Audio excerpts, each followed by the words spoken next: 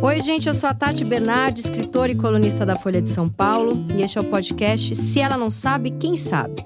Um projeto parte da iniciativa Todas de conteúdo voltado às mulheres.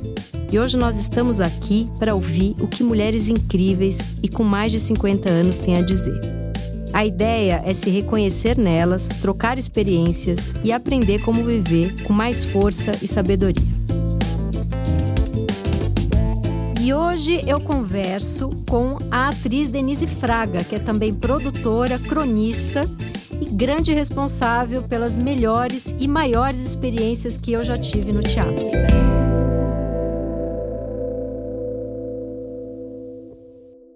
Bom, gente, hoje eu tô com a Denise Fraga, esse espetáculo de mulher, minha amiga, que eu amo. E a gente vai falar dela, que é essa mulher incrível. Não à toa está nesse programa feito para ouvir mulheres que tanto têm a nos ensinar, mas a gente também vai falar da Dona Vilma Fraga, a mãe de Denise, que eu quero saber mais sobre essa mulher e o porquê a Denise é tão apaixonada por ela. E eu queria abrir primeiro... Oi, Denise, obrigada por você ter topado. Eu já chego atropelando a pessoa. Um prazer imenso você estar aqui. Prazer o meu, Tati. Sabe que eu te adoro e curto todas as suas coisas. Depois quero saber das suas peças. Mas eu quero abrir falando algumas frases de livro sobre morte. Porque a gente vai falar da mãe da Denise. A Denise perdeu a mãe. Nesse ano, né? 2025? 8 de janeiro 8 agora. de janeiro. Eu lembrei, você fez um texto tão lindo. Você colocou no seu Instagram uma foto sua com ela. Tem duas fotos bem bonitas, você com a sua mãe. Uma, você tá no colo dela, na praia. Que até é um documentário que o seu filho estava fazendo. E tem uma foto que ela tá comendo e você tá meio abraçadinha nela. Você tá ali na sala da tua casa. Que é a foto que você usou para fazer a homenagem para ela. Acho que você fez no dia que ela morreu ou no dia seguinte, né? O teu texto é tão bonito, né? Você diz que ela escolheu a intensidade. Você diz que falou pra ela, vou ter muita saudade sua. E ela falou, mas depois que morrer não tem mais Rio e São Paulo. Não tem mais distância, a gente vai estar junto, né? E você diz que ela é a mulher da sua vida e mexeu muito comigo. Então eu queria abrir falando 4 livros que eu li sobre perder a mãe. O livro da Annie Ernaux, Uma Mulher, que ela diz que a mãe... Ela começa a contar a história dessa mãe. Então tem 3 passagens que eu nunca esqueci. Quando ela diz que a mãe lavava a mão para tocar nos livros. E aí ela se torna uma escritora, né, a filha. Ela diz que não parava de escrever assim que a mãe morreu, porque ela escrevia para trazer a mãe ao mundo de volta. Isso também mexeu comigo. Ela escreve muito logo que morre e depois ela retoma o livro, né? E tem uma frase que quando eu li, eu não conseguia parar de chorar, assim. A minha mãe ainda é viva, graças a Deus, mas ela diz que quando ela encontra a mãe, assim, já muito doentinha, sabendo que a mãe ia partir em alguns dias, ela olha para aquela figura da mãe já muito velhinha e muito doentinha e pensa, aquela era também a mulher da minha infância. Não consigo me recuperar dessa frase, ela é muito forte para mim. Aí tem um livro da Milena Busquet, que chama Isso Também Vai Passar, é uma espanhola. E ela diz que a mãe foi o maior e o único amor da vida dela e que por isso ela buscou a mãe sempre. Ela teve 3 casamentos, a Milena, né? E que ela sempre buscou a mãe nesses casamentos, que geralmente tem a coisa da filha buscar o pai. E eu pensei na tua entrevista com a Vera Iaconelli, quando a Vera fala... Porque eu conheço o Luiz Vilaça, seu marido, e ele é esse super paizão, esse super parceiro. E ele, pelo que eu sei um pouco da tua história, lembra mais a sua mãe do que o seu pai, que foi uma pessoa mais ausente na sua vida, né? E aí, a Noemi Jaffe escreveu um livro que chama Lili, sobre a mãe dela, que morreu aos 93 anos. Ela fala que esse livro é um manifesto em defesa de não superar a morte da mãe. Ela não quer superar. Ela fala isso de uma forma muito bonita. Ela é incrível. E ela diz que a morte de uma pessoa muito velha é como a morte de uma montanha ou de um totem. Eu acho isso lindo também. E tem outra frase dela que me matou, que é... que era terrível dizer mãe e não ouvir uma resposta. Meu Deus do céu! Esses livros, assim... Mas, de certa forma, e você defende isso lindamente, né? Que a gente poder sofrer junto com a arte, a gente sofre mais bonito. Você sempre fala isso e eu acho muito bonito, né? E para finalizar, eu já vou deixar você contar toda a sua história, porque eu tô tão feliz de estar aqui que eu separei de estar aqui com você, que eu separei todas essas minhas leituras, assim. Tem um livro do Contardo, que é o último livro que ele escreve antes de morrer, que chama O Sentido da Vida. E ele diz assim, que você só tem uma vida e só nessa vida você pode ter a experiência de passar pela morte de um pai ou de uma mãe. E que a qualidade dessa experiência, que a qualidade das experiências que a gente tem na vida, ela não pode ser medida pela felicidade. Às vezes é super triste, é terrível, mas é uma grande experiência na vida. Então, ele defende isso no livro dele, que ele dizia para os pacientes: não passe pela morte do seu pai ou da sua mãe dopado de remédio. É a vida te convidando para uma grande experiência. Bom, então agora quero ouvir um pouco de você. Como é que você tá? Porque é tão recente, né? A gente está gravando isso em março. E você disse que ela foi o grande amor da sua vida, né? Sim, é exatamente isso que eu calhou de eu ler um livro também da Ana Cláudia Quintana Arantes, que é uma geriatra especialista em cuidados paliativos. Durante o processo, esse livro me bateu no aeroporto, assim, caiu no meu colo uma vez. Aí eu olhei aquilo, a morte é um dia que vale a pena viver. Eu estava passando por todo o processo da minha mãe, eu não comprei, eu fiquei, que louco.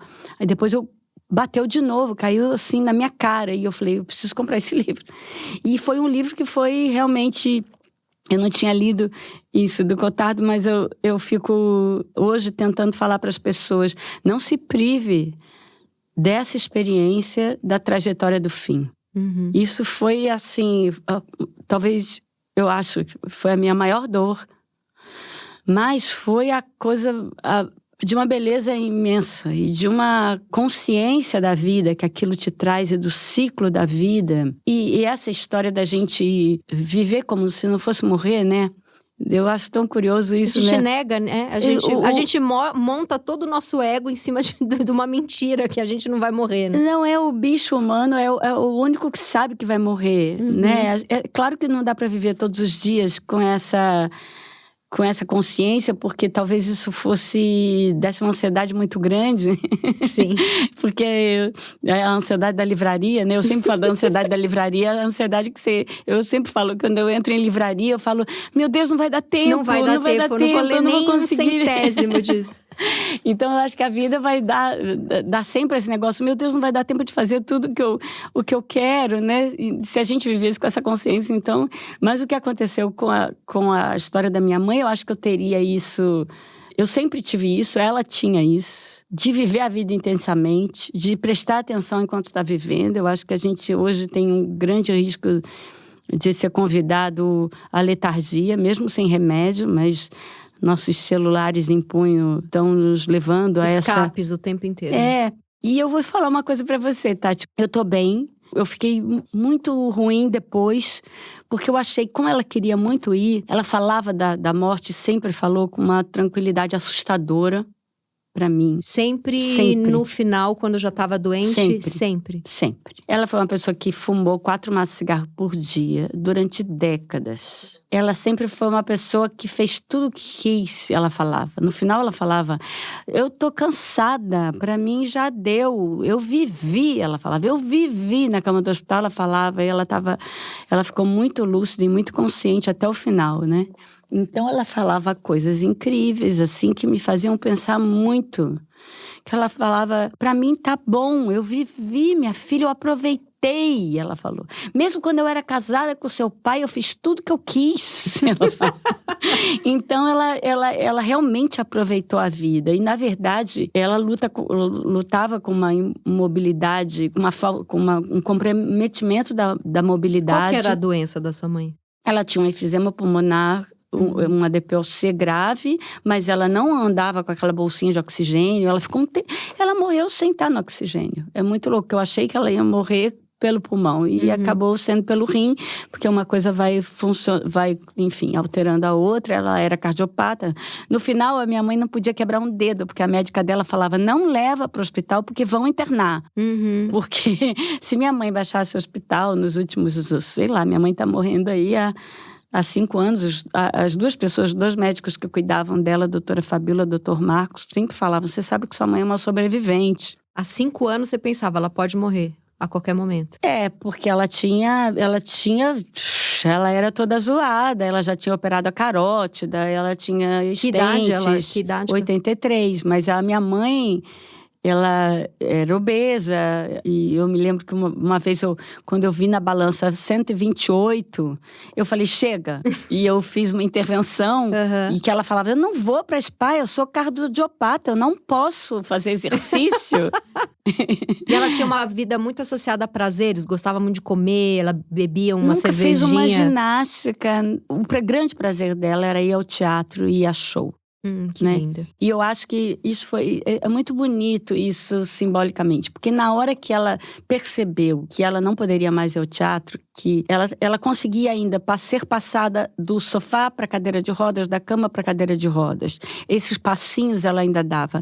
Quando ela morreu, ela tinha 116 quilos. Quando ela viu que não ia dar mais para colocarem ela num carro, seria um trampo muito maior do que já era, porque ela saía de 2 a 3 vezes por semana nessas condições para ir ao teatro. Quando, nas últimas internações, o fato dela ter ficado na cama e de não ter podido fazer a fisioterapia necessária, ela foi perdendo muita mobilidade. Quando ela percebeu, eu acho, que ela não poderia mais sair de casa, eu acho que ela falou, agora chega, agora, que a minha diversão agora acabou. Agora eu vou, agora me deixa ir. Porque ela falava que ela era salva nas plateias. Gente, que coisa linda. Você se torna atriz um pouco por esse amor dela? Ela já tinha esse amor antes? Não conscientemente. Ela que me levou a primeira vez ao teatro, assim, criança. Com 10 anos eu passei a ir ao teatro adulto com ela. Ela sempre foi... ela era sócia daqueles clubes de ingresso com desconto. Sei. Que no Rio chamava... Teco, ou Câmara de Arte. E a gente tinha uma peça melhor, assim, que tinha nomes, que a gente tinha um desconto e tinha outras peças gratuitas. Era um pacote de teatro por mês. E a gente ia teatro durante a semana, ver grupos desconhecidos. E que ela amava. Criança. Eu criança. O primeiro homem pelado que eu vi foi no teatro, eu sempre falo isso. O teatro foi muito instrutivo pra mim. E ela que te levou. E ela que me levou. E ela, assim... E a ida ao teatro com a minha mãe, e eu ia só eu e ela. Depois, meu pai não gostava muito... meu pai sempre foi mais ausente. Ele separou da minha mãe quando eu tinha 14 anos. Mas eu não me tornei atriz... por isso, porque a gente nunca achou, nem eu nem ela, que seria uma coisa possível. Que você ia bombar, que você ia viver disso. Virar atriz. Eu era uma menina de subúrbio. A minha mãe nunca teve nenhuma pretensão em ser atriz e nem... Eu acho que ela nem achava possível tentar. Agora, quando ela estava numa das grandes conversas que a gente teve nessa... trajetória do fim, eu perguntei pra ela, falei assim, a senhora não acha que no fundo, a senhora queria ser atriz? Quem queria ser atriz era a senhora? E aí ela virou pra mim e falou assim, ela pensou de verdade, olhou assim e falou, sabe que não? Porque ela estava tão verdadeira. Ela falou assim, sabe que não? Porque ela falou, o prazer que eu sinto ali sentada, de ver o meu prazer é ver, eu nunca pensei, nunca quis estar lá.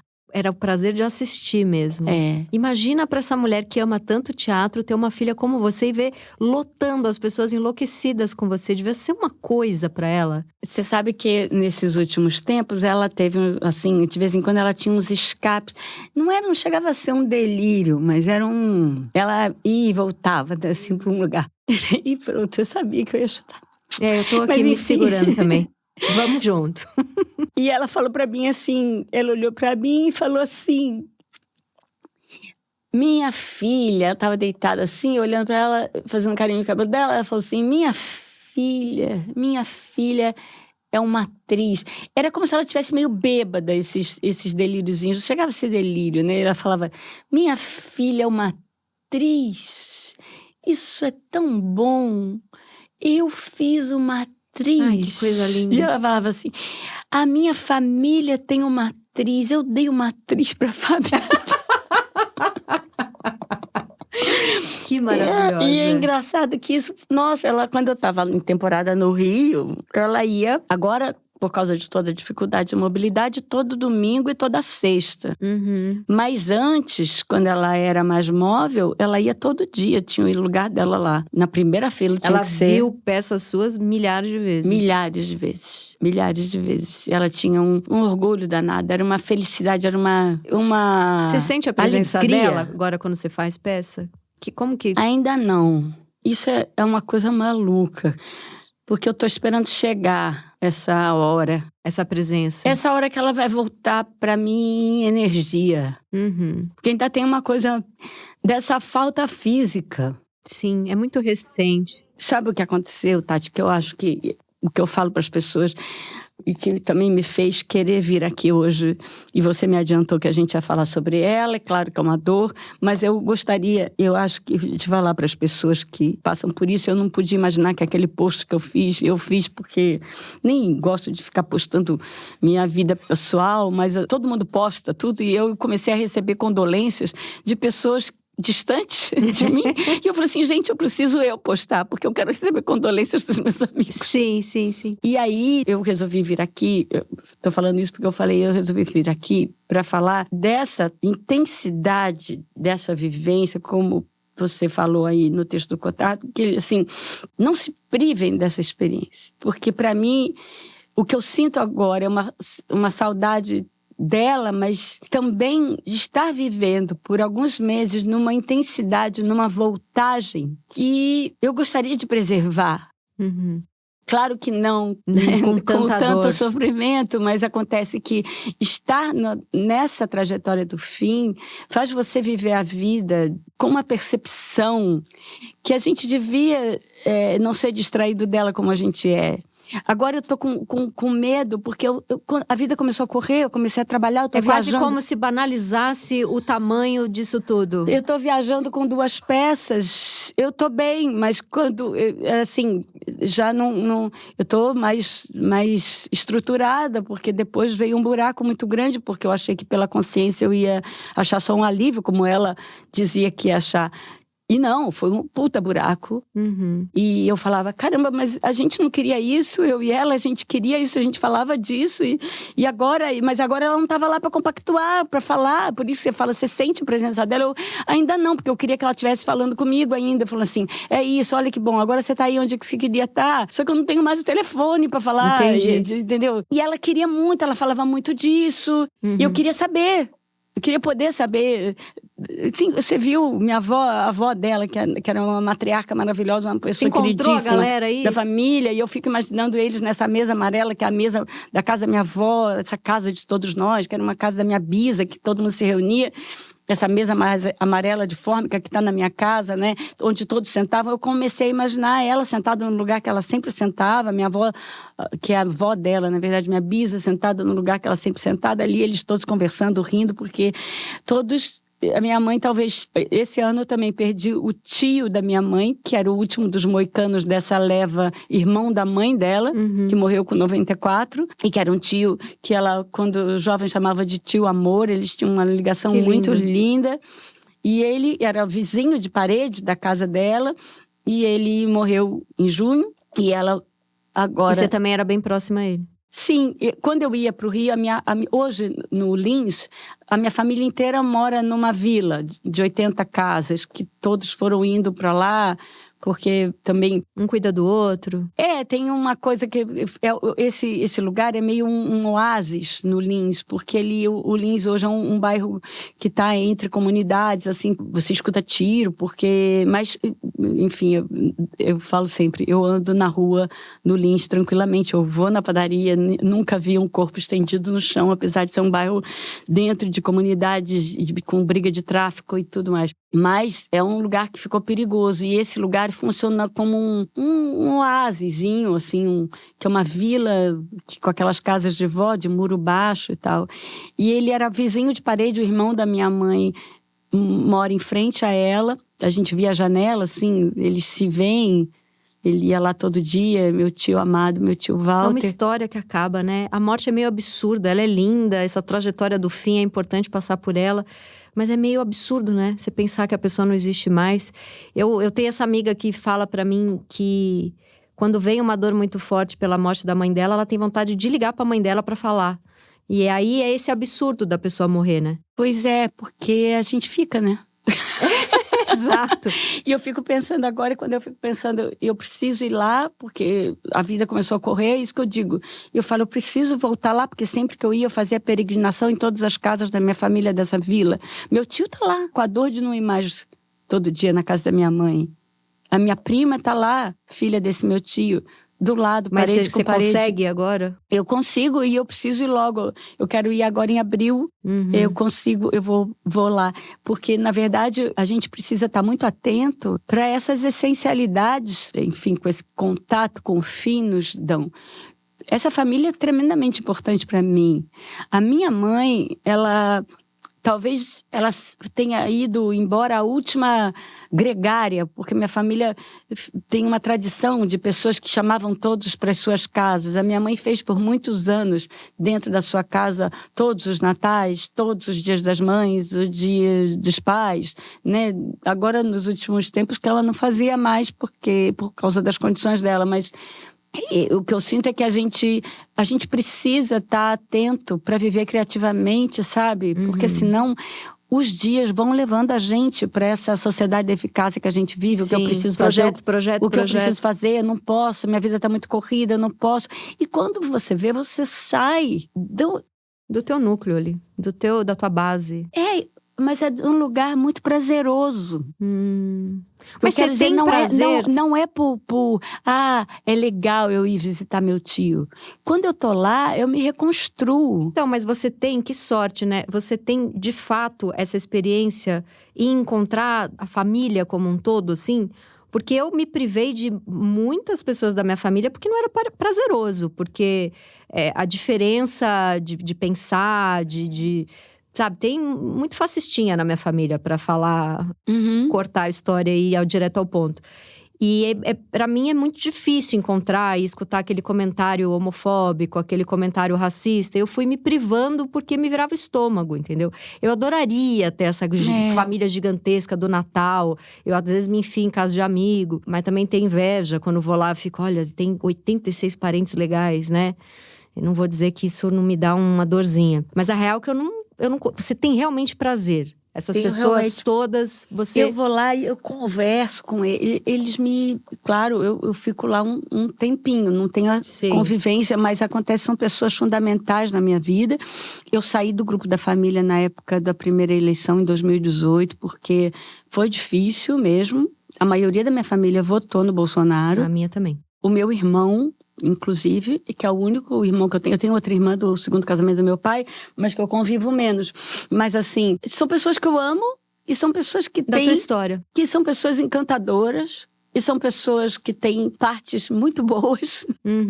E eu optei por não botar tudo no mesmo saco. Lindo. Porque, na verdade, é complicado mesmo. A gente sofreu... Eu me senti aviltada quando eu vi no grupo da família as pessoas falando coisas que eram ofensivas a mim. Não é que eram ofensivas a mim, não era só uma questão política mais. Ofende artista, ofende não era, mulher. Eu quero votar nesse ou naquele. E aí eu fui ficando muito, enfim, ferida. E saí. Eu não gosto muito de grupo, porque eu acho muito estranho você... Eu acho que quando a gente conversa com alguém, essa interlocução, eu tô aqui, eu sei que eu tô falando pra você. Né?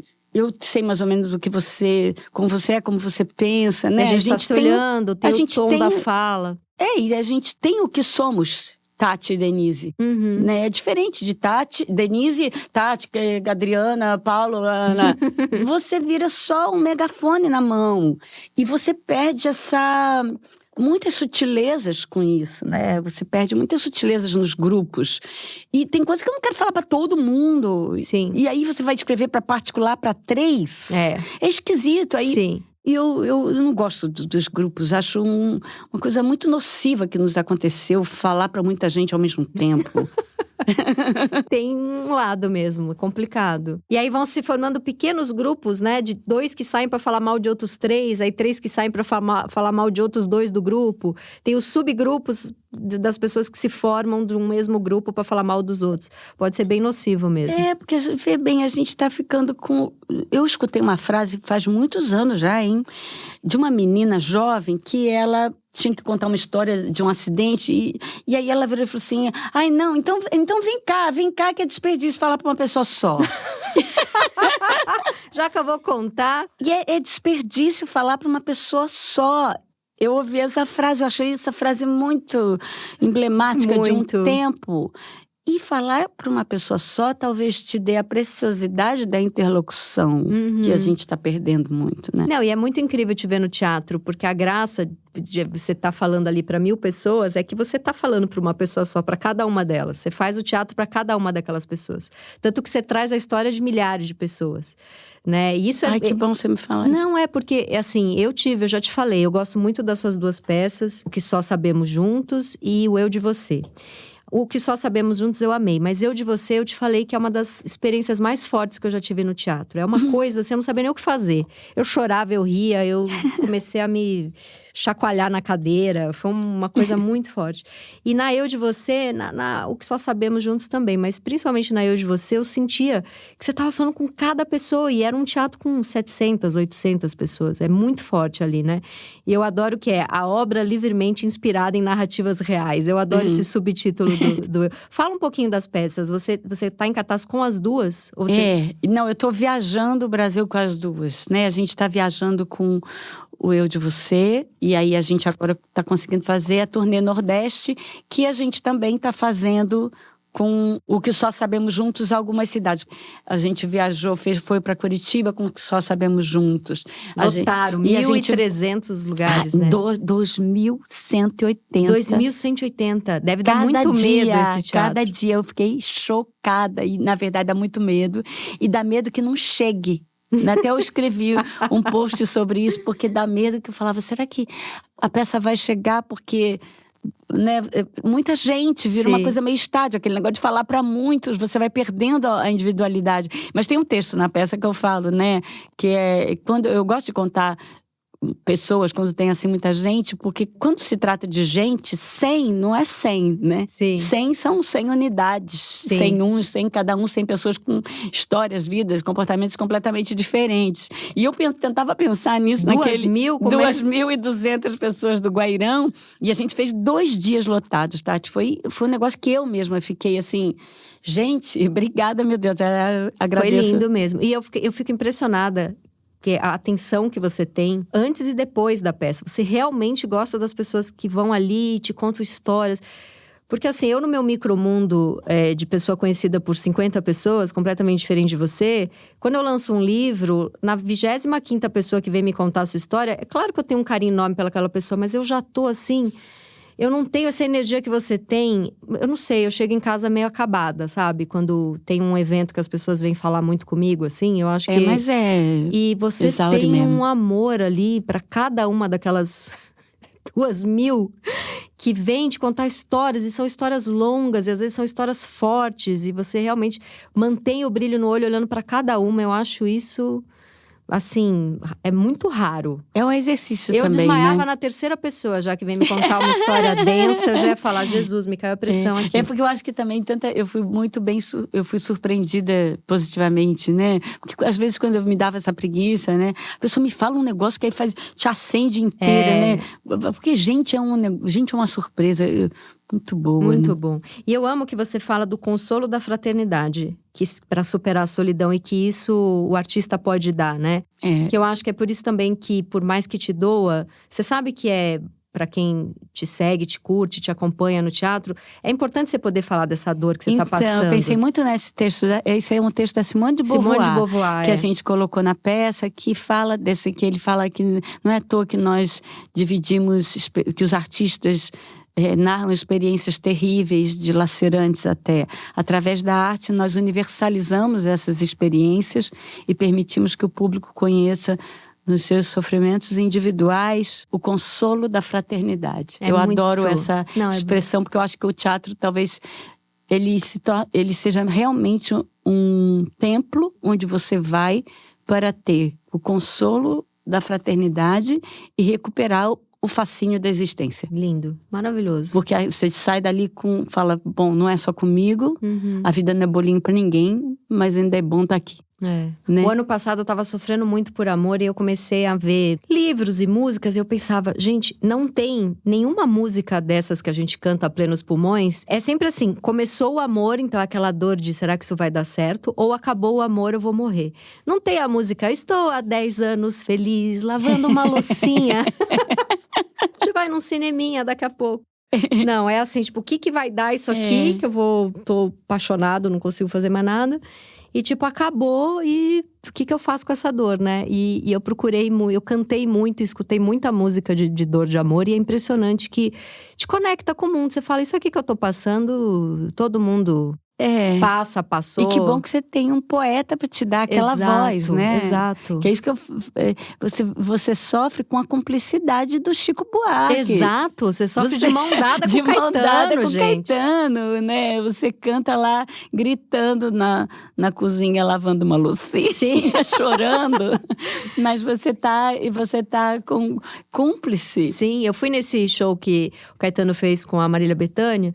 E nas músicas de amor, eu gritava e chorava, e gritava e chorava. E eu pensava, meu Deus, acho que amanhã eu vou acordar uns 40% melhor. Porque não é possível. Eu tive uma experiência, assim, eu tirei um monte de coisa, assim. Mas é fato. Voltando, assim, ao que a gente estava falando, sem querer voltar por racionalmente. Mas o show, tem um negócio que é o corpo, né? A dor do corpo. Sim, sim. A gente precisa entender essa memória. Eu tive um contato com isso agora muito forte, que esse negócio da dor no corpo. Tinha uma dor física. Dói fisicamente. Fisicamente. E eu fiquei com muito medo de voltar a fazer a peça, o Eu de Você, que eu fiz logo um tempo pico depois que minha mãe tinha morrido, 15 dias. E eu falei, eu vou voltar a fazer a peça, eu quero ver como é que vai ser. Porque na peça eu narro a minha mãe entrando no mar, que ela fazia isso, essa era a minha mãe. A Toquinha, que sumia no horizonte. Que sumia no horizonte, apesar de eu ficar falando não vai, apesar de eu ficar gritando mãe, ela entrava no mar e nadava para o horizonte. Nossa! E depois ela me ensinou a nadar. E é o pavor da infância, minha mãe vai morrer, e aí… O tempo inteiro, assim, esse pavor… Minha mãe fazia uma coisa muito maluca, né, Tati? Eu sei o que você vai falar, ela se fingia de morta. Ela se fingia de morta pra mim e pro meu irmão. E isso era… Eu escrevi sobre isso. Essa era minha mãe, que de alguma maneira isso fala assim, gente, que mãe louca faz isso pros filhos chorarem. Aí quando a gente tava chorando, assim, começando a se desesperar, ela vinha numa gargalhada. Gente, isso é muito sensacional. Não, mas é louca, é uma brincadeira de mau gosto, mas assim, eu entendi também, entendi depois mais tarde, essa mulher carente também que ela era, né, e sempre requisitando muito o recibo de que gostavam dela, ela tinha isso. E aí tem uma crônica que eu escrevi, que eu até fiz no aniversário dela desse ano, tem um post dessa crônica Bela Adormecida, que é exatamente sobre isso, e que, na verdade, ela nunca fez nada pra gente deixar de nadar porque a gente vai ficar chorando. Não, faz parte da vida. Eu vou deixar de nadar porque você chora. O medo é seu, não é meu. Olha como é que é bom entrar no mar. E depois ela levou a gente. Eu aprendi a nadar naquelas ondas do Rio de Janeiro. Nossa, aquilo ali a minha mãe de botava derrubar a gente com a mão no ombro dela e falava, bate a perna, bate a perna. E a gente ia furando aquelas ondas pequenas, um de cada vez, claro, no ombro dela que nadava. E ela nadava com a cabeça fora d'água, assim, meio cachorrinho. E ela falava, bate a perna, a gente furava. E ela levava a gente pra lá da Arrebentação, que era um lugar que no Rio de Janeiro não dá pé pra ela. E ali a gente aprendia a nadar com ela sem pé, e ela fazia a gente nadar ali. Eu aprendi a nadar no mar. Você aprendeu a nadar com um adulto que não dava pé pro adulto, se ele precisasse… Exatamente. E por isso que eu falo na peça. E ela me ensinou a maior das delícias, que é boiar. Porque ela de vez em quando falava assim, tá cansado? Boia, boia, boia, boia. E aí a gente se jogava no mar que nem um colchão. E ela ensinou a gente a fazer aquilo. E hoje eu vejo, porque…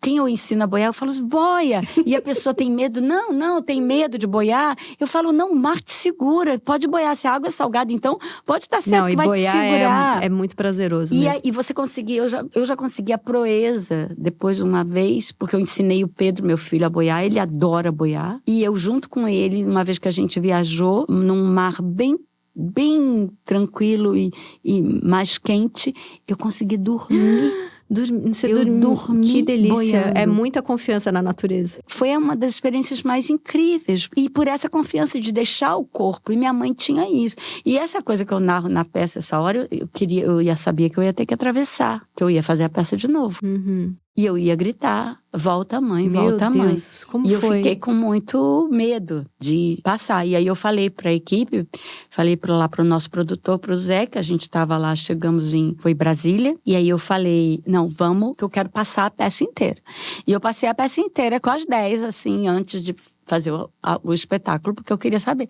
E antes foi muito curioso, porque quando eu cheguei, e aí a equipe me abraçou, eu tinha passado por tudo aquilo, e mas eu tava tudo bem. Eu tava ali me segurando, mas eu tava bem. Eu tava, vamos começar, vamos recomeçar, mas tinha essa dor do corpo, esse lugar que é corpo. Sim. E aí, eu comecei a fazer a peça, eu comecei a tossir. Eu comecei a falar naquela voz de teatro, eu comecei a tossir. E comecei com um pigarro. E eu falei, meu Deus, era o que me faltava agora. Ficar doente. Ter que passar por isso sem voz. Porque aí eu comecei a ficar rouca. Mas com a era o tosse. corpo se limpando ali Olha da que dor. louco, olha que maluco.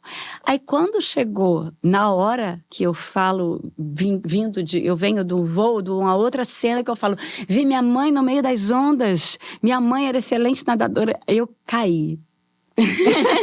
Eu não vou fazer de novo.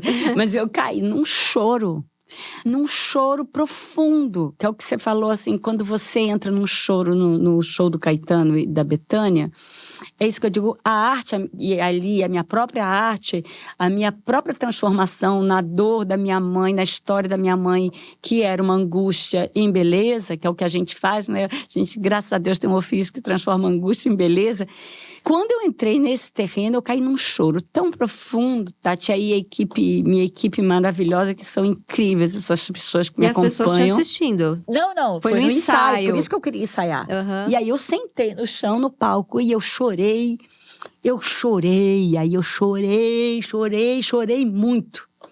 E quando parou, eu parei de tossir. Que incrível. A minha voz voltou. É muito louco. A gente precisa confiar na inteligência do corpo, na emoção do corpo.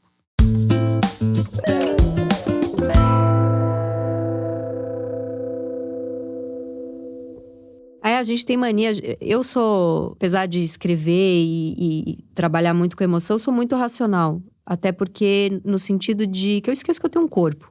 Eu até vivo bastante emoções, mas é tudo dentro da minha cabeça. Eu esqueço completamente que eu tenho um corpo. E a gente separa, né?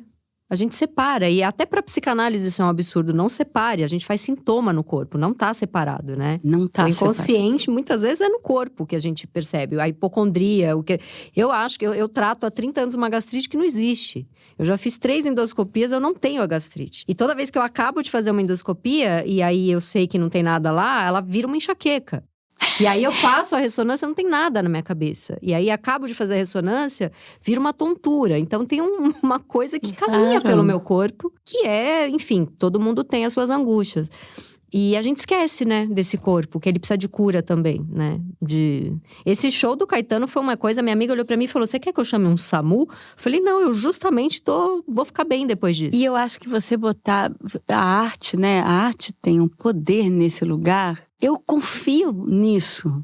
Eu acho que a arte, a gente falando, né, como você é salva ali, chorando no show do Caetano e da Bethânia, né? Como a arte salva a gente tem contato com ela, mas eu tenho muita pena, Tati, de verdade, das pessoas que não conhecem isso, que não foram levadas pela mãe ou por alguém ao teatro, ou não estão acostumadas a ver os filmes que podem mudar suas vidas, ou ler, porque a literatura e a poesia, né? Tem poesias que elas funcionam como uma oração poderosa. Nossa, eu tive experiências nos últimos 2 anos lendo Anne Ernaux e Edouard Louis. Nossa, você falou da Anne Ernaux, exatamente. Nossa. Você sabe que você falou no início da Anne Ernaux, e eu, assim que minha mãe foi embora, eu tinha abandonado no meio por outras leituras funcionais, eu voltei a ler Os Anos. E, assim, o final, nossa, foi tão fundamental. E eu li também o do Edouard Louis, né? Edouard Louis, a mãe, como ele fala, uma mulher, né? Uma mulher é o da Anne Ernaux, o dele é... Tem 2, né, da mãe. Tem um que é quando a mãe foge mesmo, consegue sair. E que tem esse? Esse. que é o Munique se liberta. Esse é o segundo sobre a mãe. Mas tem um primeiro sobre a mãe. Que não sei que é de uma mulher. Estigmas.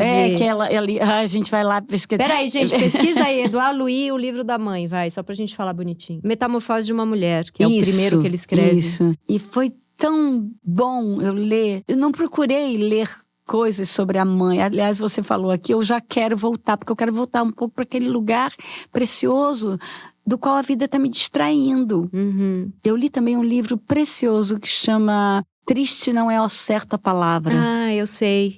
Esse menino escreve lindamente. Nossa, Gabriel. Incrível, da Companhia das Letras. Sim. E eu fiquei muito tocada, assim, com essas leituras. Como isso ajuda a gente a dar nome, né? Uhum. Na verdade, eu acho que um dos grandes alívios é a palavra. A gente conseguir a palavra para um sentimento que está difuso. Essa frase da Anne Ernaux, aquela também é a mulher da minha infância, essa frase acabou comigo. A minha mãe tá viva, tá com saúde, mas às vezes eu vejo ela andando com dificuldade, tem questões também com o peso. É uma pessoa que tem muita dor no corpo, teve fibromialgia a vida inteira. Agora ela tem uma coisa que chama síndrome de Sjögren, que vai secando articulações. Então ela anda, ela sente o joelho seco, assim. Não tem cartilagem, eu acho. Então ela anda com muita dificuldade, tem muita dor, tem muita artrose, artrite, sei lá. E eu olho e falo, é a minha mãe e é também a mulher da minha infância. Porque na nossa infância, a mãe é tudo, né? O que é aquela mulher, né? Eu vejo a maneira como minha filha me olha. E eu faço palhaçada pra minha filha o dia inteiro, eu brinco com ela o tempo inteiro. Eu gosto de ser uma mãe muito bagunceira com ela. E ela me olha, assim, com encantamento. Que é exatamente como eu olhava pra minha mãe. A gente ria o dia inteiro, era uma mãe muito parceira, muito conversava de tudo. E essa pessoa que tá com 76 anos é a mesma mulher da minha infância. Isso é muito forte.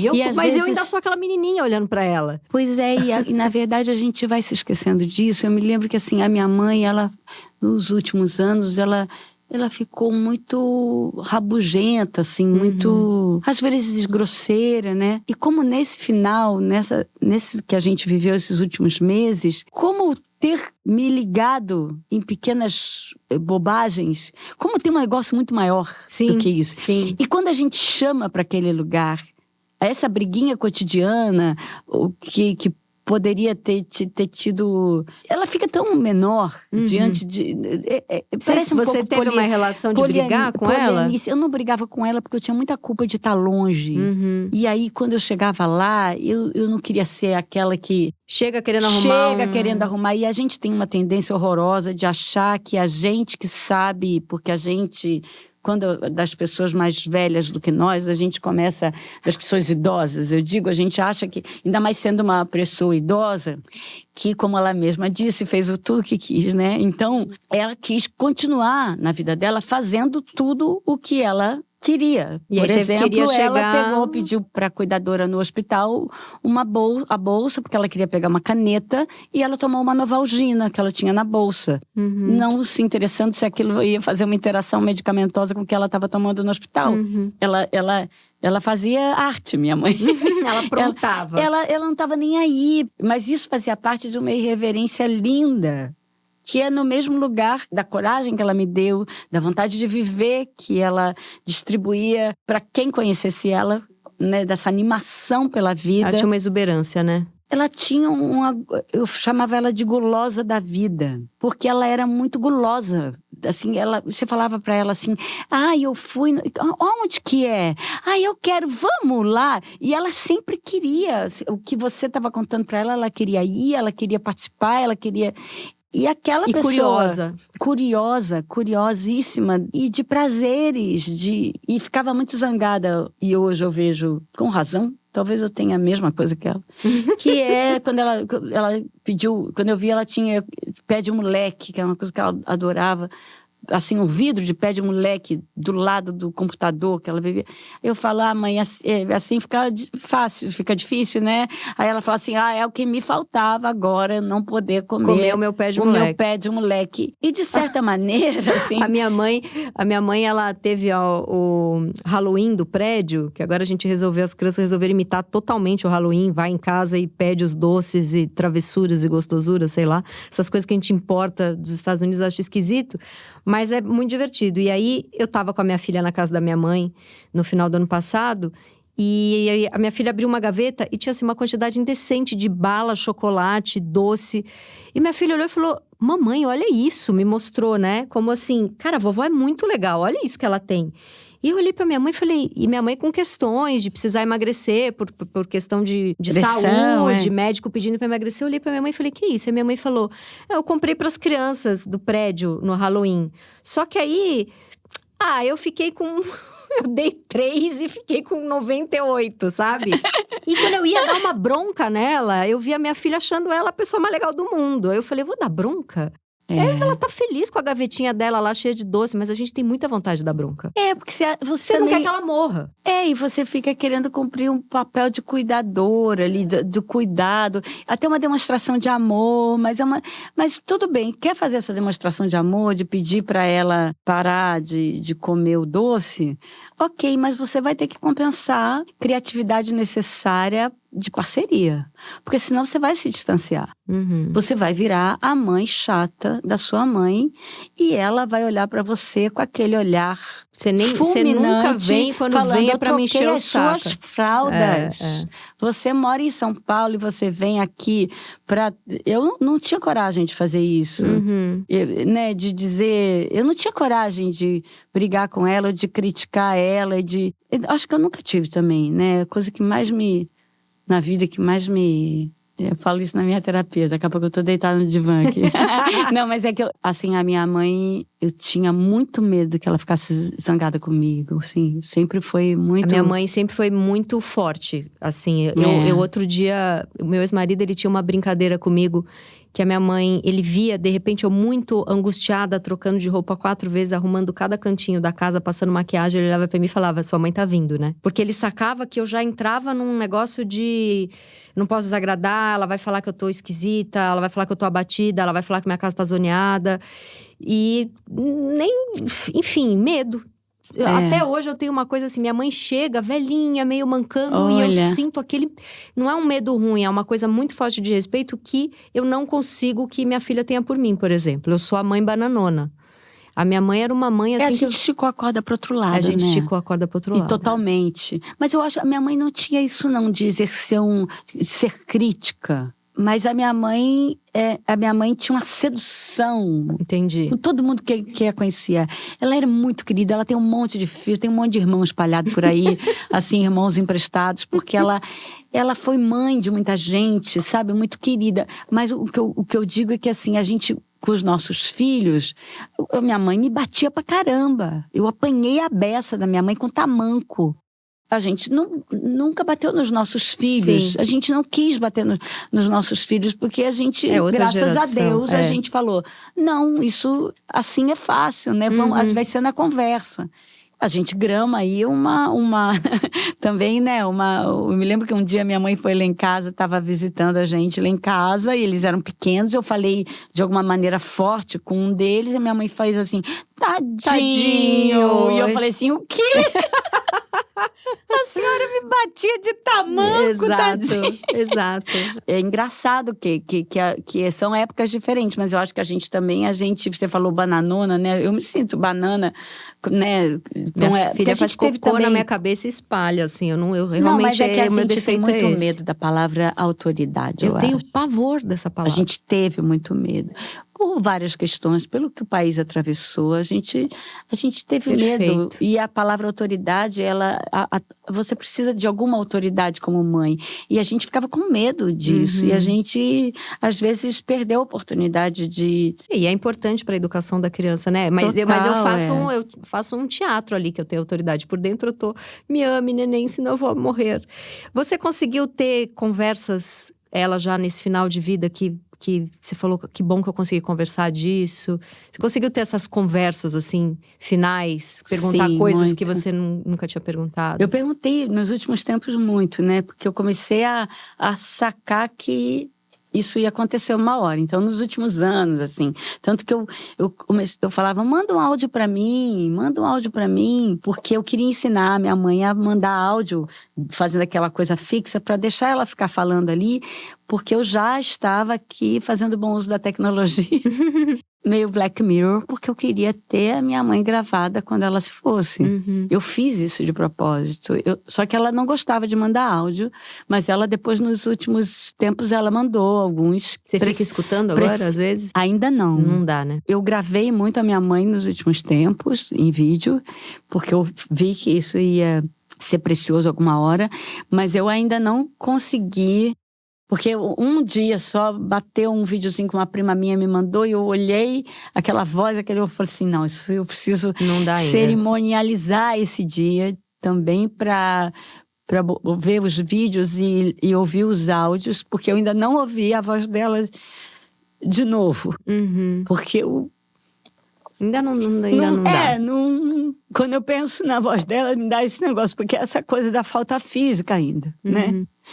Mas, assim, eu falei para ela para gravar os áudios, porque eu falei assim, isso vai ser precioso. Então, eu vinha conversando com ela muito, eu fiz a árvore genealógica da minha família, porque eu sinto que com a minha mãe estava indo embora também toda uma linhagem de pessoas que eram parecidas nesse sentido de ligação com a família, de serem gregários, essa família portuguesa, essa família que tem uma coisa meio de achar sofrer bonito.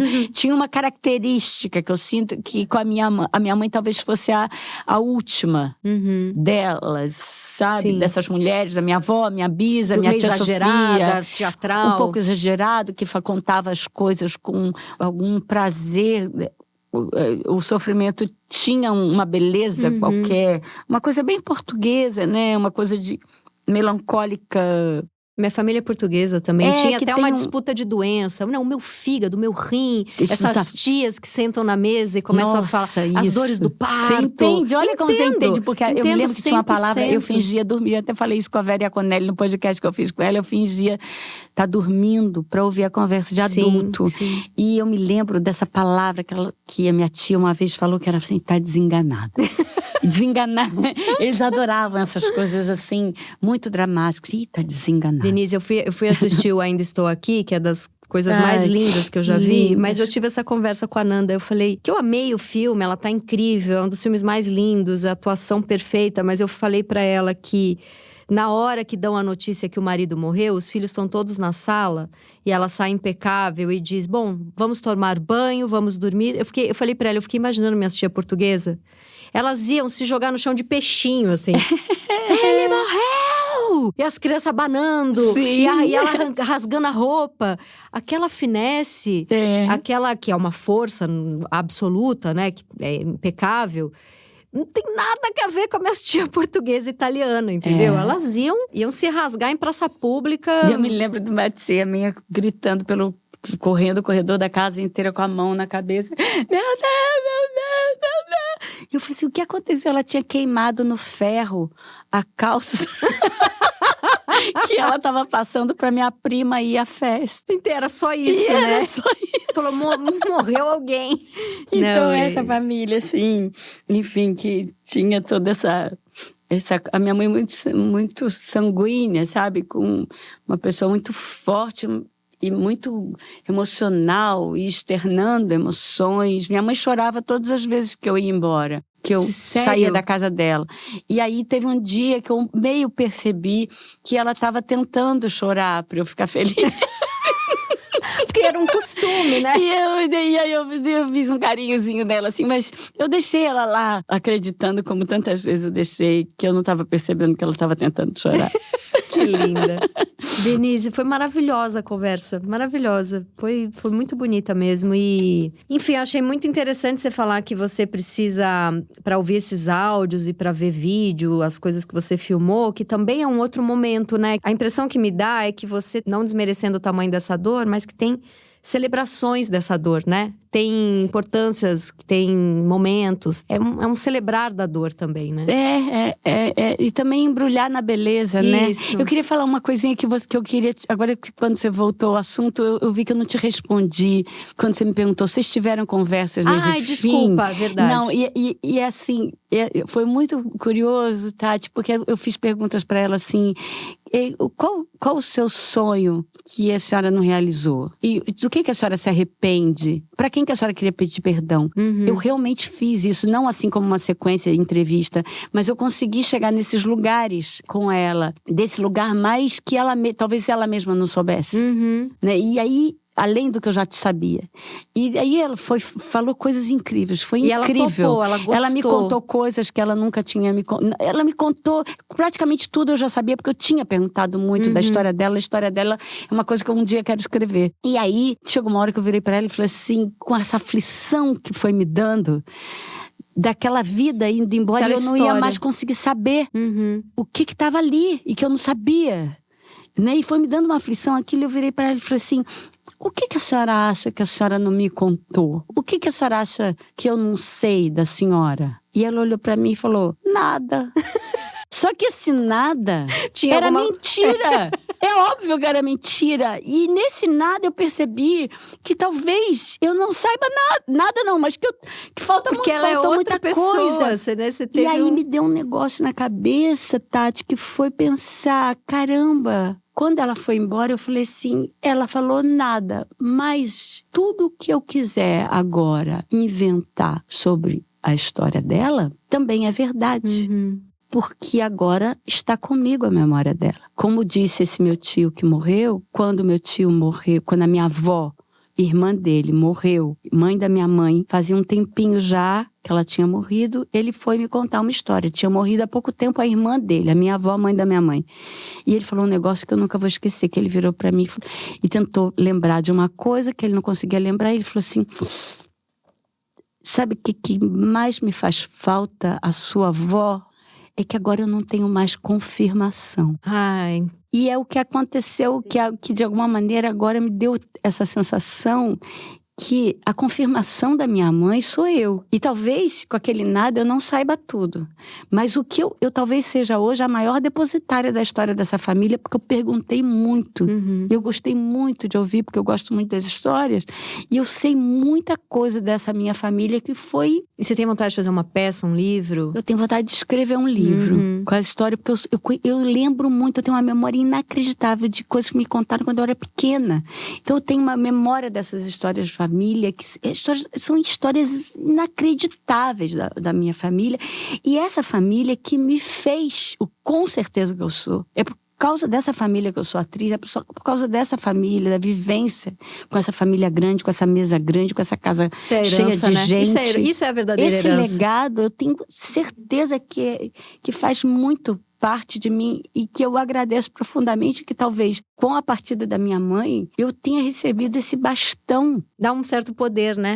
Eu preciso escrever isso, sim. Preciso colocar isso em algum lugar. Eu tive muito uma vontade de fazer uma coisa que me pareceu um pouco esquisita e que talvez eu faça, mas eu tenho medo, que é ligar para as amigas dela. Não, é bem legal, não é esquisito. Para elas me contarem quem ela era, que eu não sabia. Isso é bem bonito.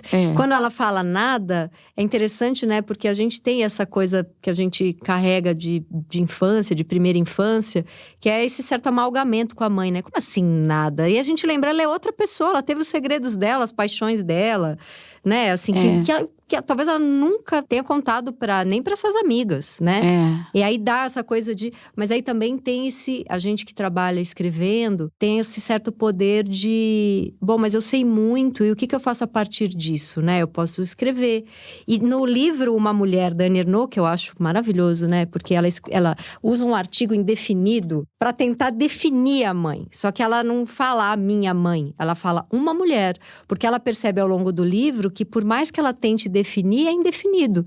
Então ela usa uma, né? E é bonito também, porque como é uma autossociobiografia, é uma mulher daquele tempo, uma mulher daquele lugar, né? Então... E é tudo isso que a Annie Ernaux faz lindamente na literatura dela, que é colocar no macro, né? Exatamente. O micro e o macro o tempo inteiro se entrelaçando. Exatamente. É muito bonito. E ela diz nesse livro, Uma Mulher, que ela escreve sobre a mãe para tentar trazer a mãe de volta, mas que em vários momentos ela percebe que ela tá inventando porque ela não dá conta.